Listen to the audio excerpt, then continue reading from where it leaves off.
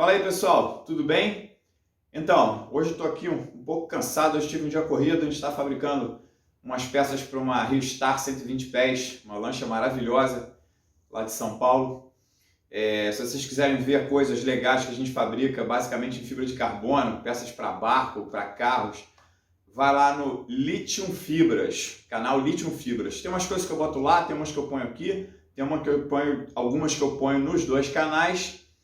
Mas enfim, tem para quem gosta aí de construção e de principalmente materiais compostos e peças de fibra de carbono de alta performance, dá uma olhadinha lá que tem umas coisas legais.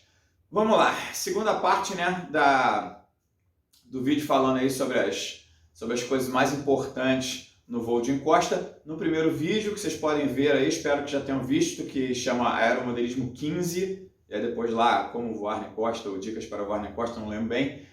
Eu falei das três coisas, né, assim, super básicas e mais importantes, que são não passar para trás de você quando estiver voando de encosta, nunca dar cauda do planador para o vento, voar sempre encarando o vento, e a terceira é aquela análise, né, de antes de decolar, você analisar o todo, pensar como é que vai ser o voo, como é que vai ser o pouso, para que você não venha a ter um acidente e perder, até poder perder o seu planador. O negócio é o seguinte: quem quer voar planador bem tem que aprender a picar. O que é picar, né? Peguei um rádio aqui, isso aqui é um Futaba módulo dos anos 80, da minha coleção. Esse rádio é um barato. Foi o primeiro rádio, né? Futaba a ter módulo. Ele tem umas coisas muito legais. Mas enfim, quem quiser ver assuntos de rádio, eu já fiz um vídeo falando sobre os rádios, né? A evolução do rádio controle. Então, vamos lá. Cabrar, que é comandar nariz para cima, e picar, que é comandar nariz para baixo. Por que eu falei que quem quer voar bem de planador, quer voar bem em costa, tem que aprender a picar? O que acontece? Sempre foi e continua sendo muito comum, né, a pessoa começar a voar planador com aquele planadorzinho, 2 canais, né, leme profundor, bem básico. E normalmente o Gentle Lady, que é um planador barato, fácil de montar, que plana, não é que ele plane maravilhosamente bem, mas ele é muito leve, então ele boia, é aquele planador assim que a prova de sustos, né? E aí é que vem o detalhe: a pessoa aprende a pilotar o planador no Gentle Lady ou algum planador similar, aquele planador bem mansinho, e esse tipo de planador, o que acontece? Quando você vai, puxa o nariz, ele perde velocidade de estola, o stall dele é quase que nada, né? Ele dá aquela afundadazinha, ele nunca cai de ponta de asa. É um stall assim que nem vale, né? Eu costumo dizer que nem vale como stall. E aí o cara acostuma com aquilo e vai levando aquilo adiante. E quando você está voando, mesmo em campo, e o planador está muito alto, muitas vezes você não percebe, se tratando de um Gentle Lady ou coisa parecida, às vezes você nem percebe, porque ele está tão alto e ele faz isso aqui tão suavemente que muitas vezes a pessoa nem percebe que ele estolou. Mas o que acontece? Quando você vai para a encosta, e também o pouso no campo, mas principalmente na encosta, e você vem para o pouso e o cara está acostumado a só cabrar, como se picar não existisse, como se aquele comando não existisse no rádio, né? Você vem com o planador que boia, coisa e tal, ele vem, dá aquela afundadinha, mesmo que ele caia de mau jeito, ele vai lá, pumba, cai ali na grama, ou seja lá onde for no morro, não acontece nada. Porém, quando você evolui, quando você passa para um planador mais rápido, quando você vai para um... Tem até aqui atrás de mim, isso aqui é uma fuselagem de Thermal Eagle, que é um planador dos anos 90, da Airtronics americana, a mesma Airtronics que faz rádio controles.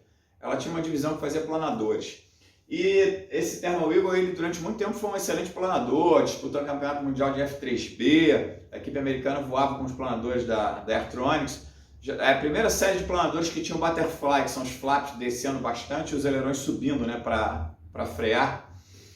Enfim, quando você passa por um modelo como esse, que já é um pouquinho mais pesado, ele já anda mais, tem um perfil mais fininho, o planador tem mais massa, porque ele carrega 6 servos ao invés de 2, né? Ele tem um para cada aileron, um para cada flap, mais o leme, mais o profundor, né? O estabilizador.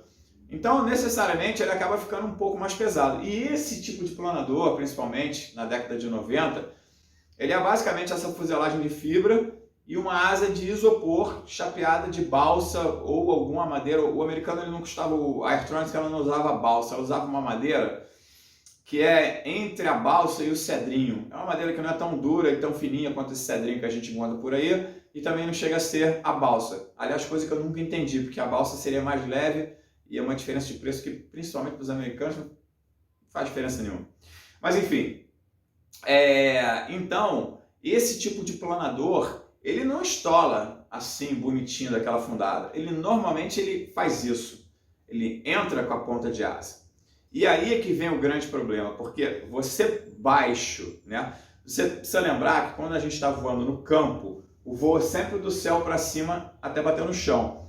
No morro não, no morro muitas vezes a gente passa para baixo do nível onde você está aqui pilotando, o morro está aqui, né? Muitas vezes a gente passa, inclusive a gente passa, às vezes ganha bastante energia, mergulha, vai bastante lá embaixo, aí sobe, aí faz uma manobra, ou até mesmo sobe, mas chega aqui, ó, tem que picar, porque senão ele vai fazer isso aqui, vai dar aquele estoladão, às vezes até pode entrar num parafuso, enfim, dependendo do modelo, a situação pode meio que sair do controle, e o pior é que pode acontecer duas coisas. A primeira é você não está esperando aquilo e o planador sai numa posição inesperada, porém ainda assim que tem recuperação. Mas, imaginando que o morro está aqui, você faz alguma presepada e ele cai nesta posição, você não pode recuperar para cá, porque você vai estar recuperando. Primeiro, a favor do vento, então ele vai ganhar uma velocidade absurda em direção a você, em direção ao morro, e ele vai bater aqui embaixo. Porque mesmo que você faça aqui, isso aqui, quando chegar aqui, o que acontece? Ele vai perder essa energia, né? Ele teria que ter muita velocidade para poder fazer isso aqui, e aí você fazer um meio roll, mas enfim, aí já é para quem voa realmente legal, faz acrobacias e tal, que não é o caso. A gente está passando do vídeo 1 para o 2, né? Quer dizer, é aquela pessoa que pegou aquelas 3 dicas, né? Já não está dando mole, não está dando a cauda para o vento, não está passando para trás, está ali voando no morro e já está querendo passar para um planador mais sofisticado, um pouquinho mais, que ande mais e tal. Então, é por isso que eu estou falando, tem que picar, o comando de picar, ele existe, você está vindo com o modelo. Vamos dizer, você vai pousar, até mesmo no campo. Você sentiu que você deu aquela arrematadazinha antes da hora, você não vai esperar ele perder toda a energia, estolar e bater, porque quebra. Quando ele chegar aqui, você pica. Bota o nariz na posição certa, bota o nariz para baixo, pelo menos reto, entendeu? Porque aí você estabiliza ele no nível onde ele não vai mais continuar perdendo velocidade, porque se você colocar assim, largar, ele vai até a hora que acabar a energia, a velocidade, e aí acaba a sustentação. O que ele faz? Pimba!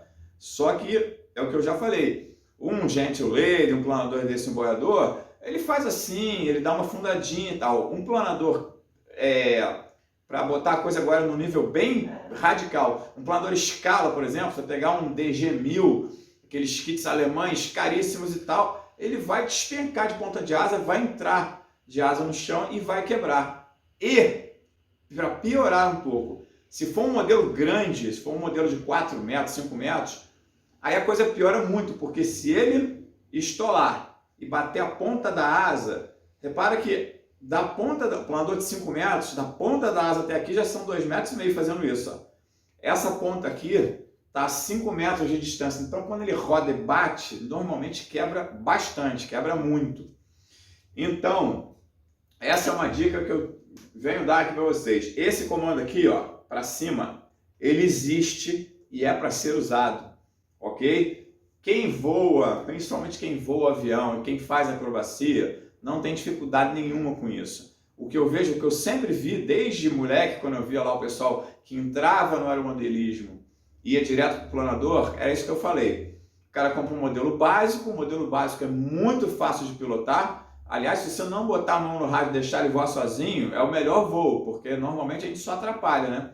Vocês precisam lembrar que cada comando que a gente dá, cada deflexão de comando, ela é um freio, né? Ele está passando aqui limpo pelo ar. Você mexeu um comando, automaticamente você freou, você levantou, abaixou, isso sempre cria um arrasto a mais. Por isso que ele vira para cima, para baixo ou para os lados, né? Porque se criou um arrasto. Então, mesmo até quando você pica, ele vai ganhar velocidade depois, mas nesse momento aqui, você criou um arrasto ali atrás, que certamente pode ser que não atrapalhe quase nada, ou seja, imperceptível, mas vocês vão concordar que é pior do que o estabilizador todo limpo, né? A posição que ele está, toda limpinha, e o ar passando certinho ali por ele. Bom, então é isso. Então, tem que picar, e o voo de planador, né, e o voo de campo, principalmente competição, ele é um voo muito de observação. Você tem que estar sempre de olho.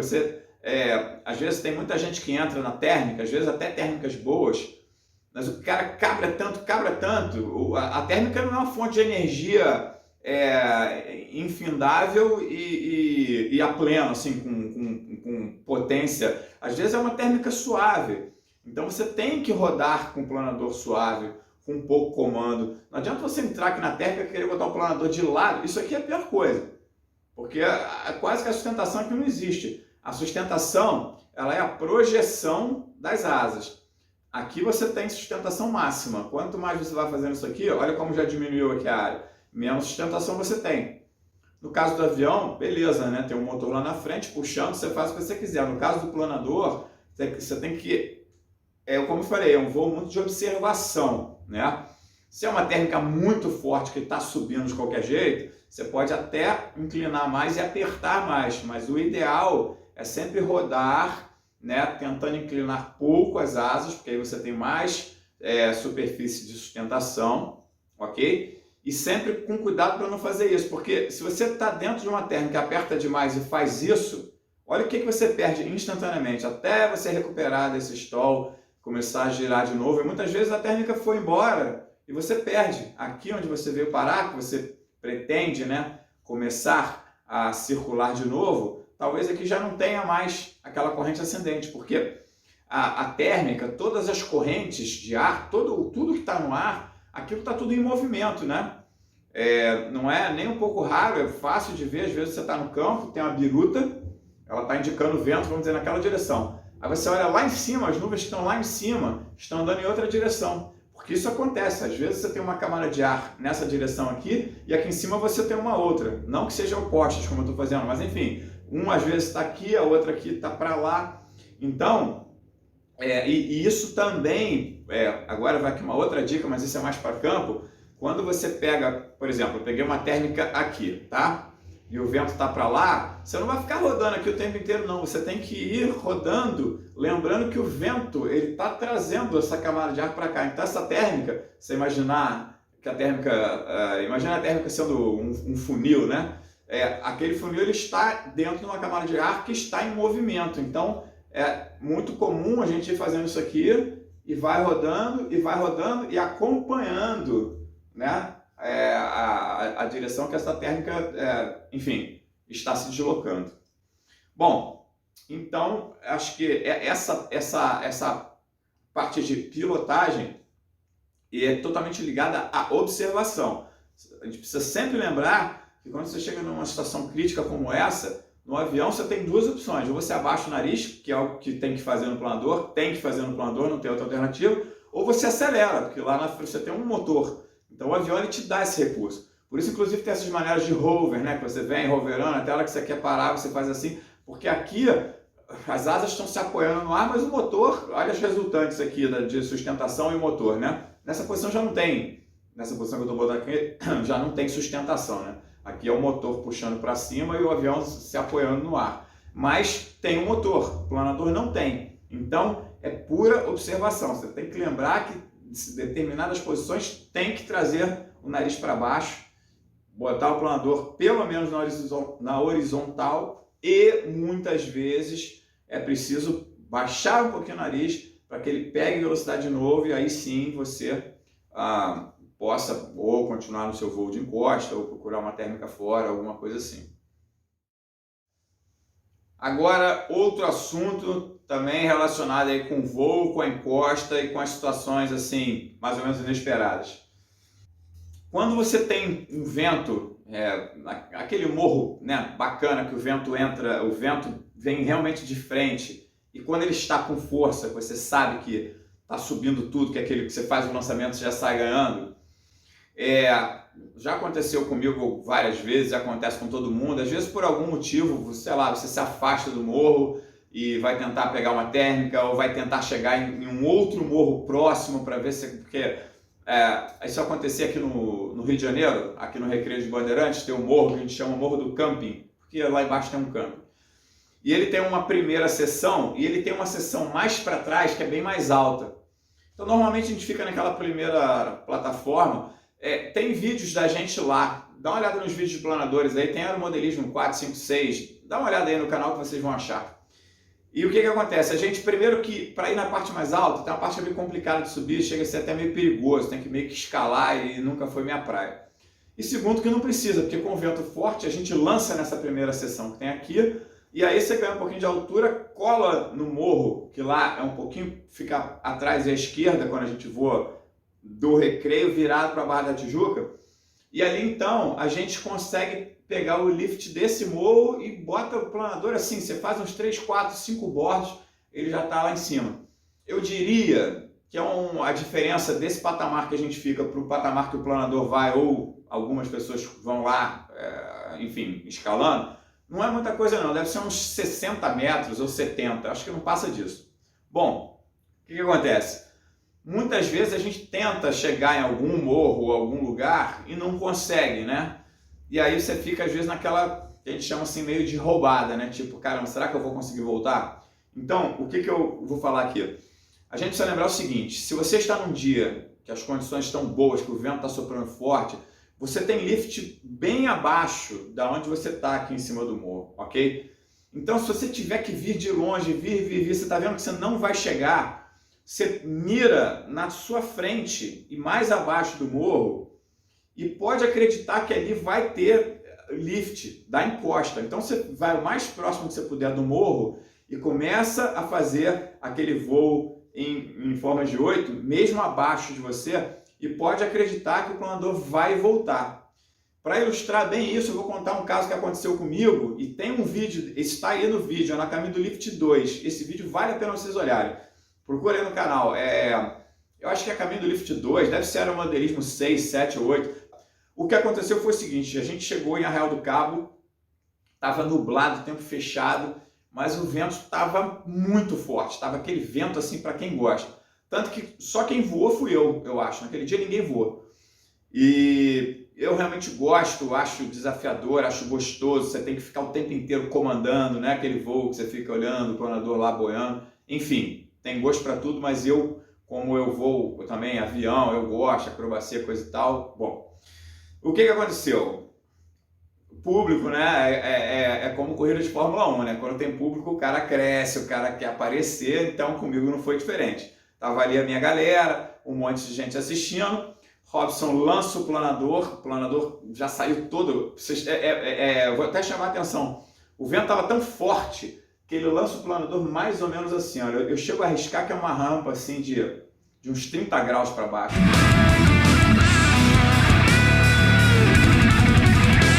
E você lança, já tem que ficar. Aliás, lembra que eu estava falando do picar? Quando a pessoa lança, você já tem que estar com ele picado, porque se você ficar em condição normal e ele tomar aquela golfada, porque lembra de uma coisa, o planador ele está apontado para baixo, né? Então a gente imagina que ele vai fazer isso.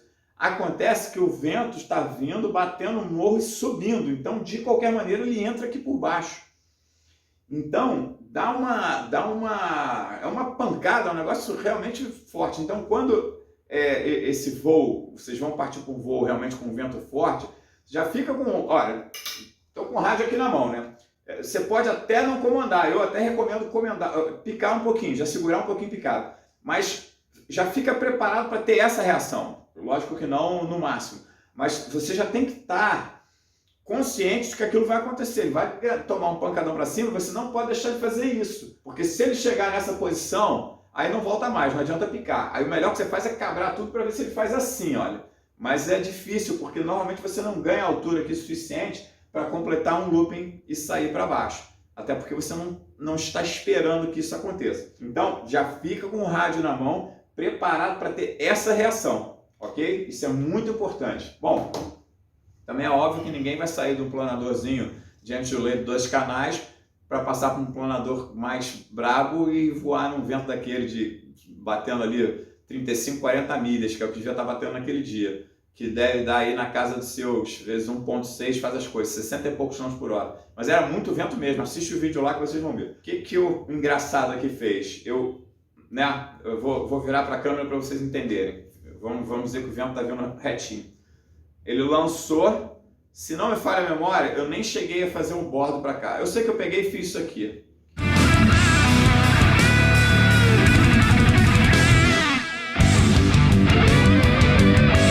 Virei o planador de dorso. Acontece o seguinte, quando eu dei o aileron todo para ele rodar, ele rodou muito devagar, mas muito devagar mesmo, não sei porquê. Alguma coisa aconteceu que ele rodou muito devagar. E nisso que ele demorou a rodar, olha aqui não tem sustentação nenhuma, aqui o planador está de faca.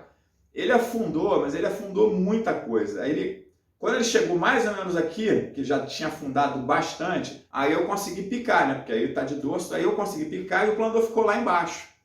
Bom, aí o que eu pensei na hora? Eu falei, Duda, calma, porque o vento tá muito forte e ele vai subir, de dorso ou não de dorso, ele vai subir. E aí então eu fiquei fazendo todo aquele percurso, isso está lá no vídeo, não é conversa de pescador não. Procura aí o vídeo que vocês vão ver, tá tudo filmado. Eu fui então fazendo aquele procedimento todo de dorso, né? Sem dar a cauda para o vento, tudo aquilo que eu falei no outro voo, sem passar para trás. Também eu não tinha como passar para trás porque eu estava voando para baixo, o planador estava lá embaixo. E aí ele foi subindo, subindo. Olha, eu não lembro porque isso foi 1990 isso foi antes da gente ir para o Campeonato Mundial, que foi em 2000. Então isso foi antes de 2000, isso deve ter sido em 98, 99, por aí. Então lá se vão, né, muitos anos, 22 anos eu não lembro bem. Mas eu acho que eu fiquei uns 2 ou 3 minutos nesse voo de dorso aqui, até o planador chegar numa altura, e eu nem desvirei ele numa altura muito boa não, mas aquilo me deu um estresse na hora, porque, lógico, eu não queria quebrar o planador, porque eu queria continuar brincando. Se eu quebrasse o planador ali, o malandro ia estar curtindo com a minha cara até hoje, né? E, enfim, eu queria fazer a coisa certa. Então eu vim com ele de dorso até uma hora que eu desviro. E esse desviro que eu estou falando, eu nem desvirei numa posição muito boa, não, porque eu já queria desvirar e voltar para a posição normal. E aí, se vocês assistirem esse voo até o fim, vocês vão ver como é que foi o pouso.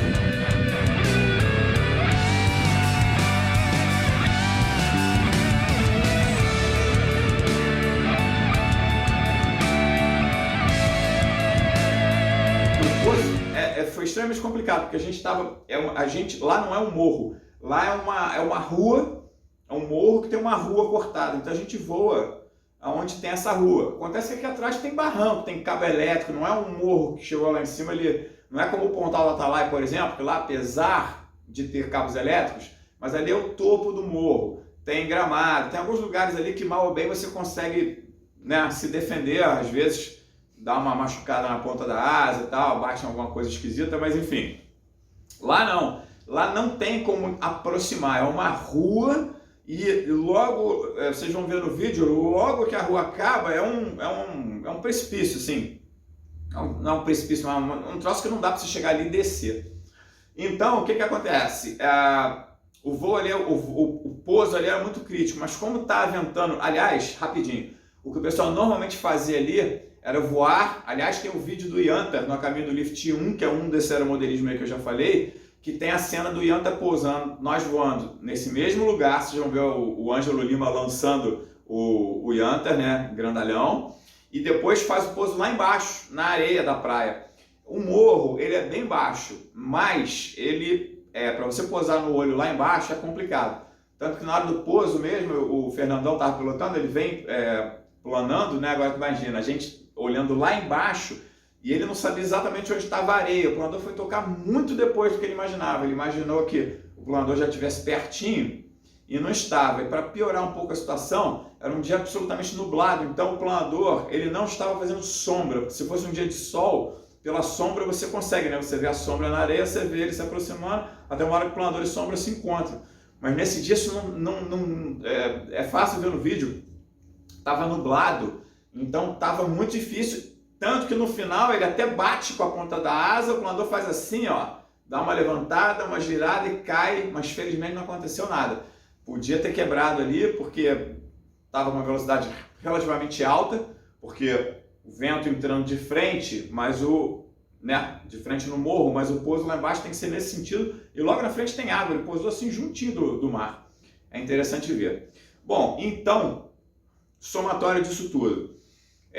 Acredita no lift. Se o vento estiver forte e por alguma razão você foi lá para baixo, cola no morro, fica pertinho do morro e vai fazendo aquele voo com calma, com tranquilidade. Acredita no lift, porque ele vai trazer o planador de volta até a hora que ele vai chegar na tua altura e passar dela, né, para cima do morro.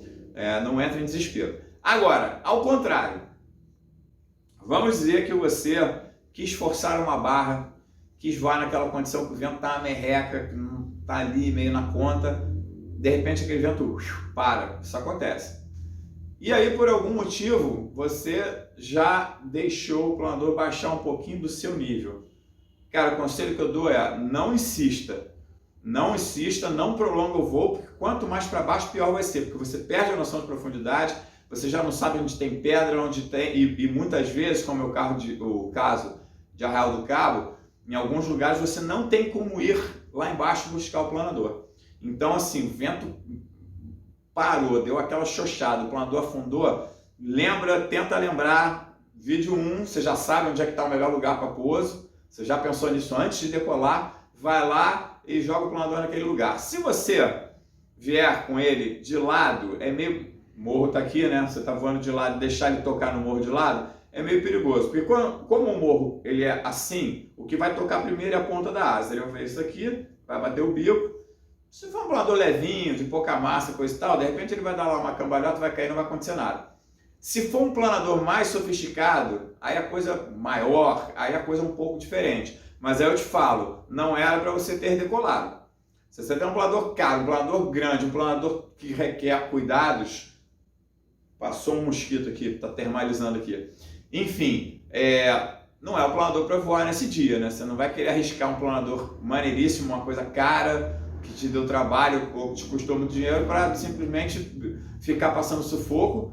Você vai decolar, vai ficar ali. Aliás, vou contar uma história para vocês que foi uma cena meio tensa que eu assisti lá em Torrey Pines, na Califórnia. Torrey Pines é um lugar que fica um pouquinho para baixo de La Jolla, que é o bairro mais legal lá de San Diego, e ali é o paraíso do voo, é um dos lugares mais famosos do mundo de voo, chama Torrey Pines. Bota aí no Google que vocês vão se amarrar, tem vários vídeos aqui no YouTube de voo em Torrey Pines. E lá voam tanto parapentes, quanto asa delta, quanto planadores de rádio controlado. Então o que acontece? O pessoal que voa a bordo, né, ou seja, asa e parapente, voa com apito igual esse apito de árbitro de futebol. E se um planador, ou até mesmo uma asa ou outro parapente, se começar a se aproximar, o cara apita para chamar atenção. No caso do planador rádio controlado, você tem que sair da frente, nem que você tem que enterrar o planador no chão. Óbvio, né? No outro equipamento tem uma vida e no aeromodelo é só um aeromodelo. Então eles têm um controle ali muito... inclusive a área de pouso e decolagem dos planadores é uma área que fica mais ou menos no meio, ela é separada, ela é marcada no chão.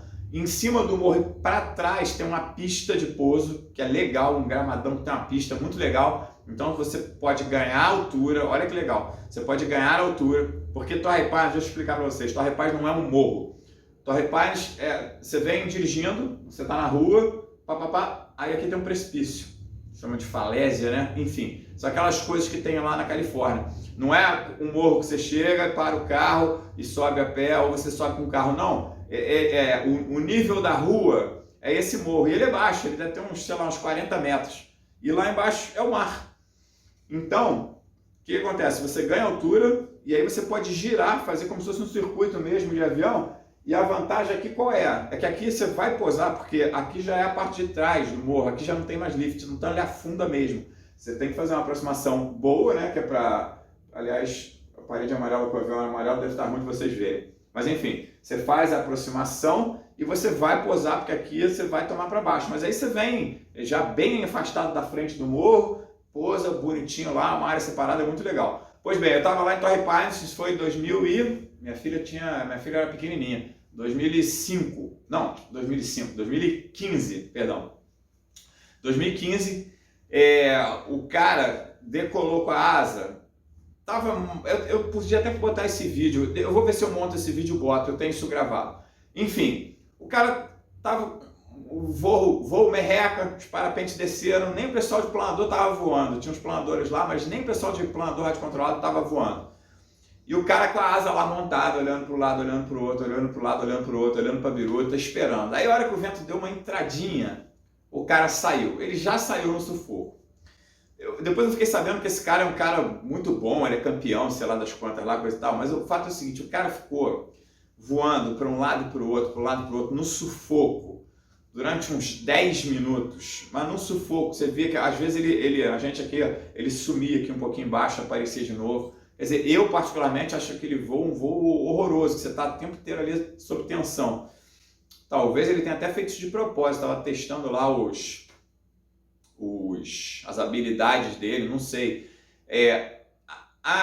Só lembrando que ali, no caso principalmente quem voa de parapente e asa, não tem essa situação de você querer voltar e bater na pedra, só se você for muito burro, porque lá embaixo tem uma praia, né? Então no caso dele, ele poderia, se acontecesse alguma coisa, ele podia ir lá pousar na praia, só vai ter que pedir depois para alguém ir lá com o carro buscar, fazer o resgate, coisa e tal. Mas o que eu estou chamando a atenção é que ele saiu numa condição muito, muito no limite, uma condição horrorosa de voo e ficou lá passando um perrengue. Na minha concepção, ele estava passando um perrengue, porque as pessoas que estavam em volta, o pessoal de lá que voa, você viu os comentários, o pessoal falando, pô, não tá legal, não era para ter saído, coisa e tal. Então, quer dizer, a gente via nitidamente que o cara, enfim, ele mandou mal. Bom, eu vou encerrar por aqui, senão o vídeo fica muito longo, fica chato. Eu espero poder ter ajudado aí vocês. Então lembrem sempre disso, o comando de picar ele existe e é para ser usado, número 1.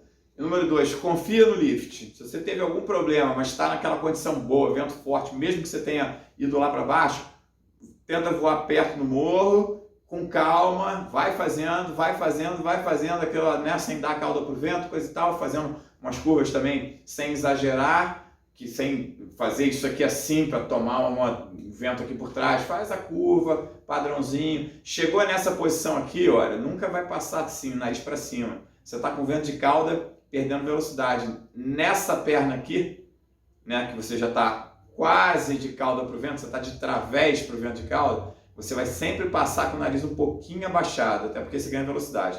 Quando você chega aqui, que você encara o vento, aqui é que você dá uma puxadinha de nariz. E aí, quando você chega aqui, você alivia o profundor e deixa ele descer um pouquinho. Quando chegar aqui, que ele vai encarar o vento, aí sim você levanta o nariz e força. Muito menos ângulo do que isso aqui, tá? Enfim, o mínimo de ângulo possível. Do morro para cima, faz o que você quiser, bota de faca, toca o rebuliço. Na condição de sufoco, pouco comando, olha só, planador não existe isso aqui, ó. Planador é um pouquinho antes, você já dá um pouquinho de comando. Aí você volta um pouquinho de comando, não é? Vou te fazer a curva, pá, e solta. Isso aqui você freia o planador, e aí quanto mais freio, mais ele perde velocidade, mais ele perde performance, perde tudo. Então o segredo número 1 do voo de planador é a suavidade no comando e dar os comandos com antecedência. Se for planador só de leme e profundor, principalmente, você tem que dar o comando muito antes porque ele demora a responder. Mas depois eu vou fazer um outro vídeo falando sobre isso. Eu vou aproveitar para falar uma coisa aqui que eu não falei que é muito importante. Os planadores de 2 canais, né, leme e profundor, os não tem aileron, obviamente que eles são muito mais lentos, né, para entrar na curva e sair, porque você não tem o comando nas asas, né, que são os ailerons. Pois bem, se você dá o leme e faz isso aqui, aí vamos dizer que eu quero ir para lá, eu quero desfazer. Ele vai demorar a desfazer. Então, qual é a maneira de acelerar isso? Você vira o leme para onde você quer e pica. Pica mesmo, vai picando com vontade, porque o que vai acontecer? Primeiro que picando ele vai baixar o nariz e ele tende a ganhar velocidade. E com mais velocidade o comando funciona melhor. Ao contrário, se você não fizer isso, tá? Olha aqui, eu estou com o leme todo para lá, eu preciso ir para lá para encarar o vento está levando. Até ele reagir, muitas vezes ele estola, porque o nariz está para cima e ele está perdendo velocidade. e aí ele faz um negócio meio esquisito aqui assim, e aí você se embanando e muitas vezes vai parar no chão. Então, é aquilo que eu falei mais para trás, o voo é observação. Eu estou tomando vento por aqui, já seria um vento de cauda, vento... aqui é nariz para baixo. Então, é observar, aqui eu não posso entrar assim, aqui eu tenho que já estar assim, para aí então desfazer, e aí beleza. Aí quando eu encarar o vento, aqui sim eu posso fazer um troço assim, ó, que aí você ganha altura, né?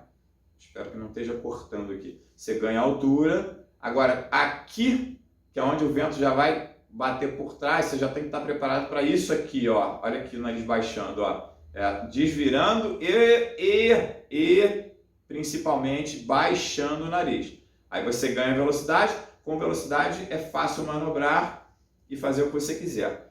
O voo de planador, lembrem sempre disso, qualquer voo, mas o de planador principalmente, o que manda é a velocidade, você tem que ter velocidade. O avião você não tem que ter velocidade, porque se você tiver muito motor, você dá uma aceleradão e sai puxando na hora, é como o torque roll, você dá aquele né? Aquele ele vai bater o leme no chão, puxa um avião de 20 kg como se fosse nada.